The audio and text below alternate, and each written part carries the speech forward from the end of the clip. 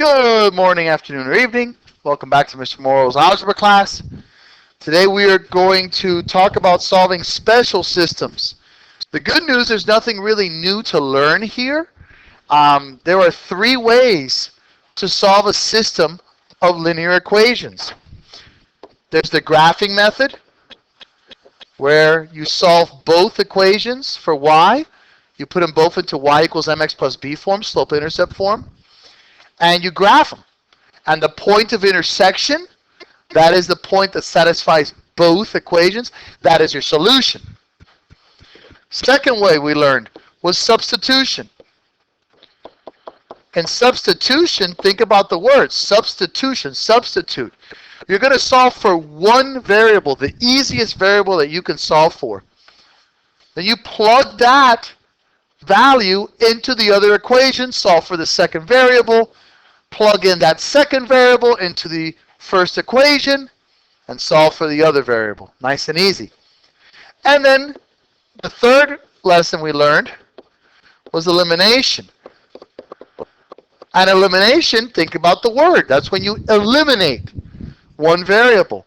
Sometimes they're easy, and when you add both systems, one of the variables just cancels out.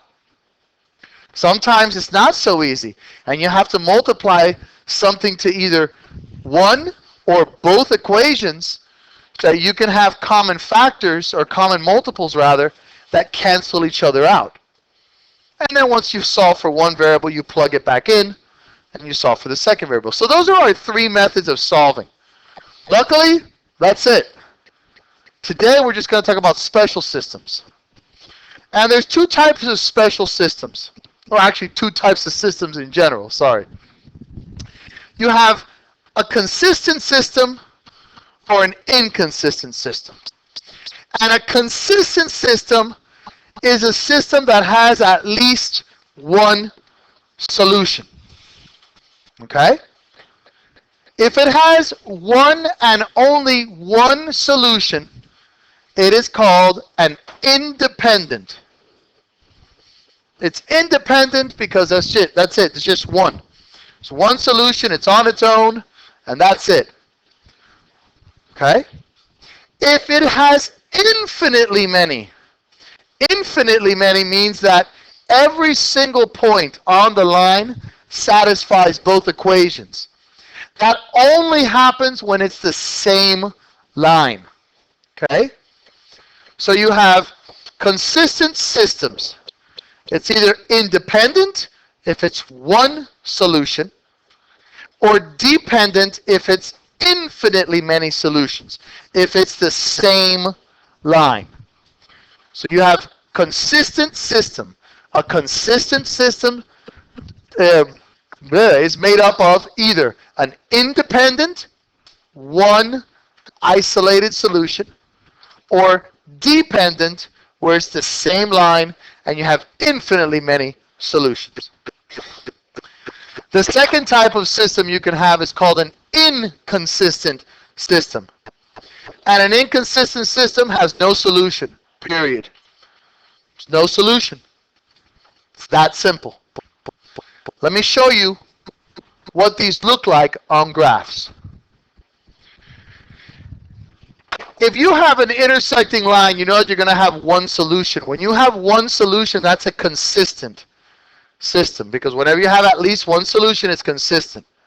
In this particular case, it's consistent independent. Why is it independent, Morrow? Because there's only one solution here. So if it's consistent independent, it's one solution. Consistent independent is one solution. Okay? Consistent dependent. That happens when it's coinciding lines. That means that the line overlaps itself because it's both the same line. So there's another line on top of this that's literally on top of it because it's the same exact line. That has infinitely many solutions. Why? Because every single point on this line is a solution to both equations, because both equations are the same line. Does that make sense? Okay. And then we already know about parallel lines. Parallel lines have no solutions because their slopes are the same. Thank you. They never touch because their slopes are equal. This is called an inconsistent solution. So, one last wrap up. I want to make sure everyone's clear here, okay? Everyone's clear. Consistent, independent, one solution. Consistent, dependent, infinitely many solutions. Inconsistent, no solution. You with me? All right, now let's see how this works. When do you recognize this? When you have no solution or infinitely many solution systems, remember the following, my friends. If you eliminate the variables and are left with a true statement, then you will have infinitely many solutions. If you're left with a true statement, for example, 5 equals 5, 7 equals 7, x equals x. Okay, if you're left with a true statement, you have infinitely many solutions because it works for every single point. If you eliminate the variables and are left with a false statement, then you have no solution. So if you have no variables left and you're left with a true statement, infinitely many solutions. Infinitely many solutions. Okay, it's consistent, dependent. If you eliminate the variables and are left with a false statement, then there is no solution. These things that I just talked about, I know that sometimes we don't really listen to it, we ignore it. This is going to be extremely important, though, for you to remember these things. So please, please focus. Let's do some examples, please. All right, what are the solutions of the following systems? Okay, the good news. You could use substitution method. You could use the graphing method. You can use the elimination method. When do I use what, Mr. Morrow? This is a little bit of an aside. Add this to your nose. Add this to your notes. Sorry, not your nose. When do I do what? Okay? When do I do what? When do I use graphing? When do I use substitution? When do I use elimination? When do I use what? Well, you use graphing if both equations are in y equals mx plus b form with simple numbers. I rarely solve systems using graphing. If I do, it's because they're both in y equals mx plus b, they're both in slope-intercept form, and they're both super simple numbers, like really easy, and the solution does not have a decimal or a fraction. I rarely use graphing. When do I use substitution? Well, I like to use substitution when I already have a variable solved for or isolated. If I already know that x equals 2y minus 3, or if I know already that y equals 5x plus 2, I'm going to go ahead and plug that value into the second equation. I'm going to use substitution. Does that make sense, the logic there that I'm using? Yes, sir. And then, when do I use elimination? Easy. I use elimination when both equations are in standard form. If both equations are in standard form, ax plus by equals c form, they're already set up for me to go ahead and cancel things out. I'm going to go ahead and use elimination. So that's when I use these.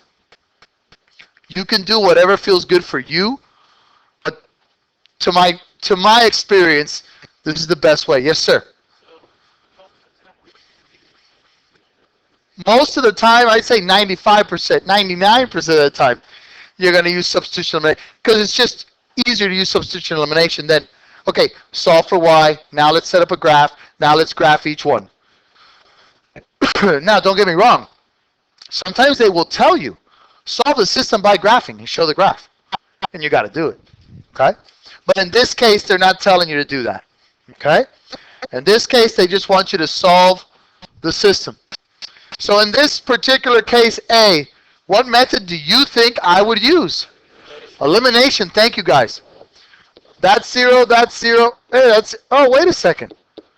Everything's canceled. Is that a true statement?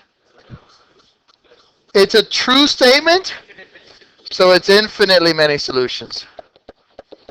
Infinitely many. True statement, infinitely many solutions. B, let's go to B. What method do you think I would use here for B? Not elimination. Don't I already know what x equals, guys? So when I have already, think about what we just finished saying. When I have a variable that has been solved for, I'm going to use substitution. Why, Mr. Morrow? Why would you use substitution there? Because I already know what x equals. X equals negative 2y plus 4. So I'm going to plug that sucker right in. Do you guys see that? 2 times negative 2y plus 4 plus 4y equals 8. So I got negative 4y plus 8 plus 4y equals 8. That can't, oh, wait a second. Is that a true statement? Does 8 equal 8? Thank you. I'm going to abbreviate infinitely many solutions. Very good. Very good. Okay. C, what would you think I would use here? Heck yeah, elimination, because it's already in standard form. Have a good day. See you later. That's 0. Whoa. No solution. That is not a true statement. That is a false statement. So it's no solution. What method do y'all think I would use here? Substitution in a heartbeat. Why, Mr. Morrow? Because I know what y equals already. So I'm going to take that y value, plug it in. So I got 3x minus 11 minus 3x equals negative 13. 3x minus 3x, they cancel. Does negative 11 equal negative 13? Is that a true statement? No solution. Easy peasy, right? Yep. Questions so far? Okay. Now, without graphing, is the system independent, dependent, or inconsistent? Again, there's always procedures. What's my first procedure? In this particular case, I would solve for y. I'm going to use substitution, okay? I'm going to solve for this y right here. So I'm going to go ahead and divide 8 to both sides. So I've got y equals 1/2 x minus, well, it's going to be a nasty one. 12 over 8 divided by 4, 3/2. Okay?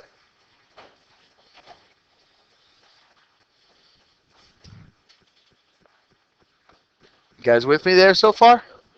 Okay. And then 2. Okay, let's compare the slopes. Okay. I'm going to show you a different way to do this.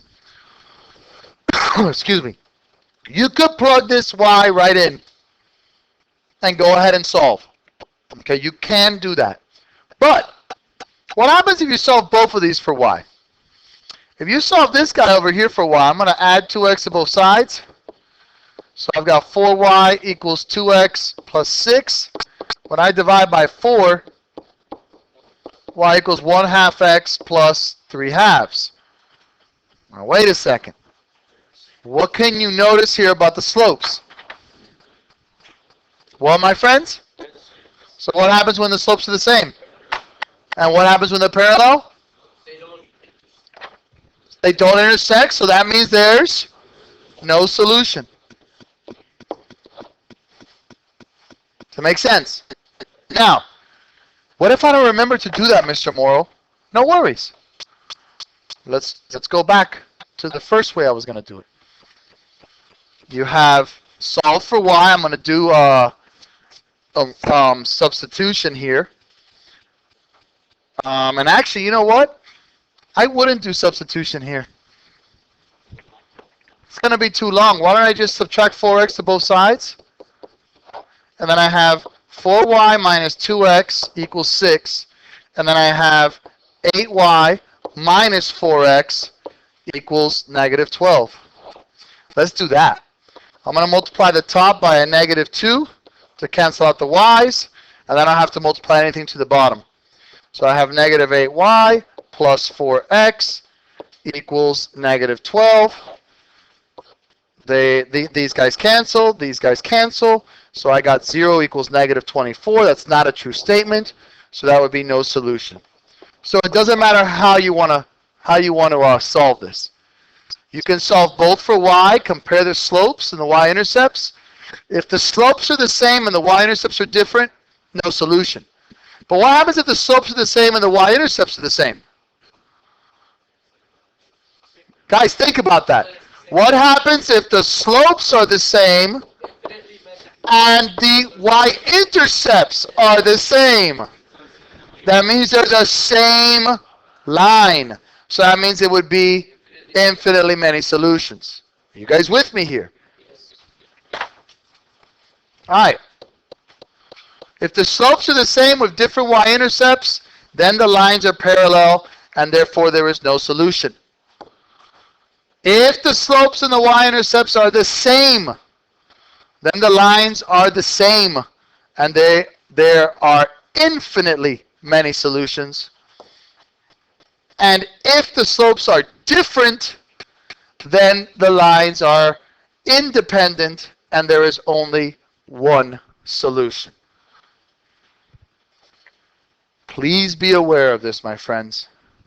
Please. I'm going to pause, give you a couple seconds to write this down. Okay. So, again, if the slopes are the same, different y-intercepts, that means that there's no solution. If the slopes are the same and the y-intercepts are the same, that means the same line, infinitely many solutions. If the slopes are different, then that means there's one solution. All right. Without graphing, is the system independent, dependent, or inconsistent? Okay. Let's think about this. All right. Let's just use our head here for a second. They're not asking you to solve, are they? They're just asking you to determine, is this independent, dependent, or inconsistent? Remember, independent means one solution. Dependent means infinitely many solutions. And inconsistent means no solution. So when we're going to just determine if there's one solution, no solution, or many solutions, or infinitely many solutions, solve for y. So, and let's compare the slopes. So this is y equals 3x plus 4. This guy, I subtract x to both sides. I got negative 1/3 y equals negative x plus 1. Multiply by negative 3.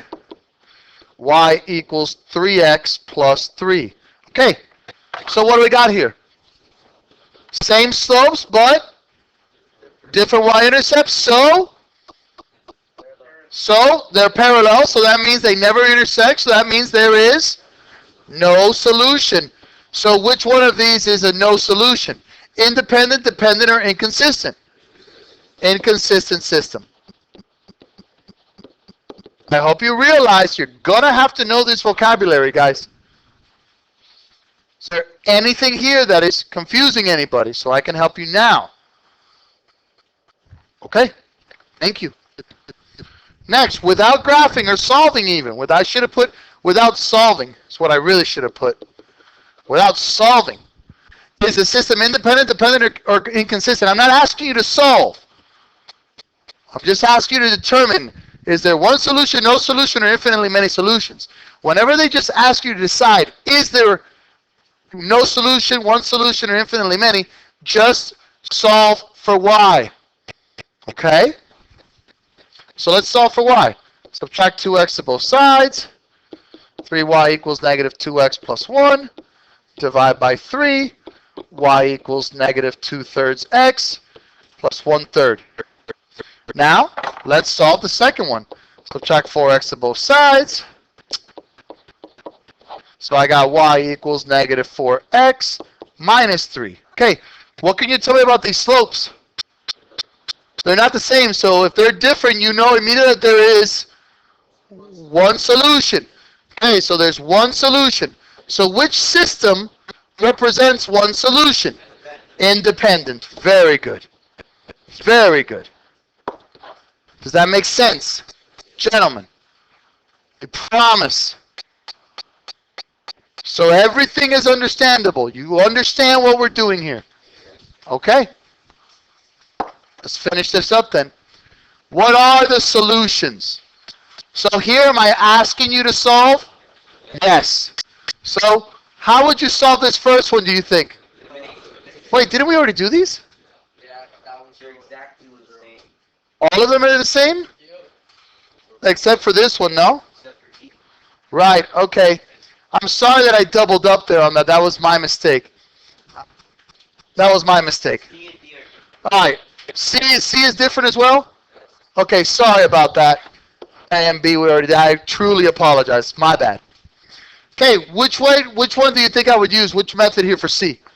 Substitution, because I know what y is, so I'm going to plug it in. So I got negative x plus y, which is x minus 1, equals 2. So my negative x and x, they cancel. Does negative 1 equal 2? No. So no solution. What kind of a system is a no solution? Inconsistent. Very good. Inconsistent. Okay, number 2. First, I'm going to have to multiply. I'm going to have to simplify this guy, okay? So I've got, thank you, by distributing. X plus 2y equals negative 4, and I got negative 2y minus 4 equals x. So let me do substitution. Yes, whoever said that, thank you. Because I know what x is already, so I'm going to plug it in. So I've got x, which is negative 2y minus 4, plus 2y equals negative 4. Bye-bye, bye-bye. Negative 4 equals negative 4, does it not? So that'd be infinitely many solutions. What kind of a system is infinitely many solutions? No. Dependent. Dependent. All right. Max has $100 in a checking account and deposits $20 per month. So Max has $100 and he deposits $20 per month. So his balance Y equals $20 per month plus the $100 he has in there. Beth has $80 in a checking account and she deposits $30 per month.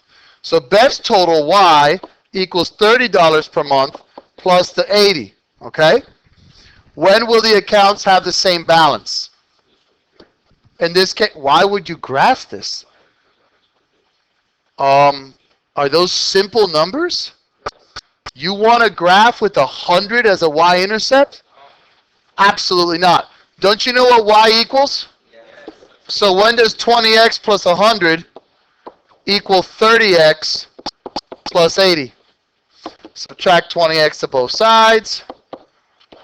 100 equals 30x plus 80. Subtract 80 to both sides. And that's a 10x, not a 30.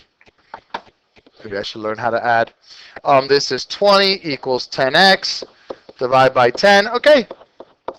X equals 2.